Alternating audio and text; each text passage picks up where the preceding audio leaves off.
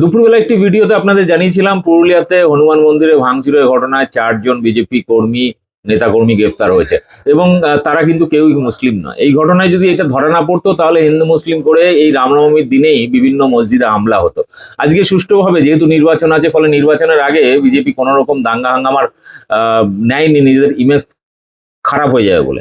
যাই হোক, ব্যাপারটা হচ্ছে যে আজকের এই ঘটনা নিয়ে টোটাল মিডিয়ায় যখন প্রচার শুরু হয়েছে তখন অনেকে বলছে এটা ফেক ফেক ফেক ফেক, কিন্তু এবারে সিসিটিভি ফুটেজ সামনে এসেছে। আপনাদেরকে সিসিটিভি ফুটেজ দেখাবো এবং যার উপর ভিত্তি করে পুলিশ এই 4 জনকে গ্রেপ্তার করেছিল।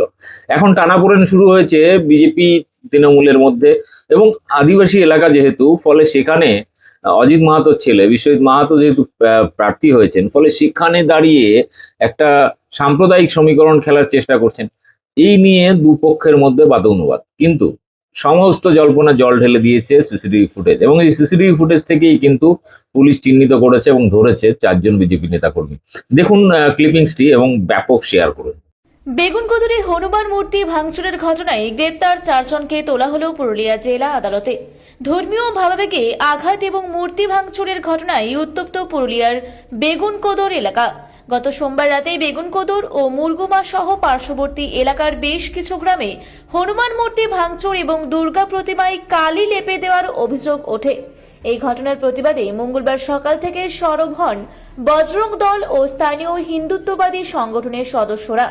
দফায় দফায় বিক্ষোভ চলে বেগুনকোদর বাজার ও স্থানীয় পুলিশ ফাঁড়িতে।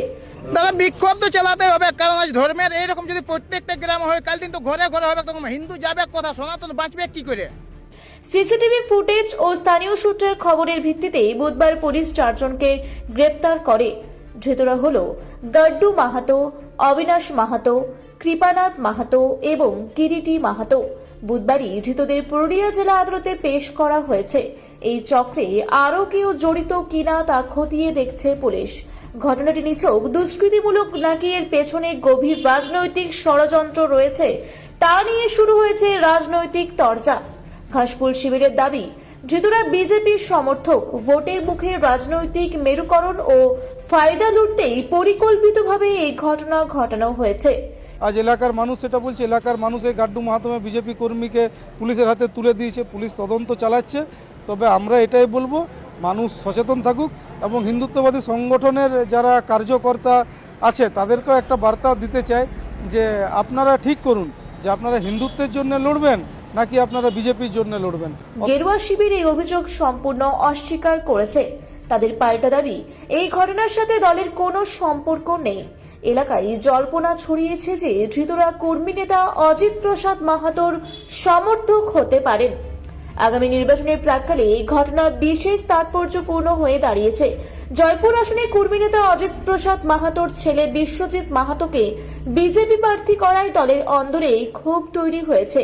স্থানীয় কর্মীদের অভিযোগ, প্যারাশুট প্রার্থী করার ফলে বহু পুরনো বিজেপি কর্মী প্রচারে নামছেন না। এই ডামাডোলের মধ্যে মূর্তি ভাঙার ঘটনায় ধৃতদের সাথে বিজেপির নাম জড়িয়ে যাওয়ায় অস্বস্তি আরও বেড়েছে গেরুয়া শিবিরের।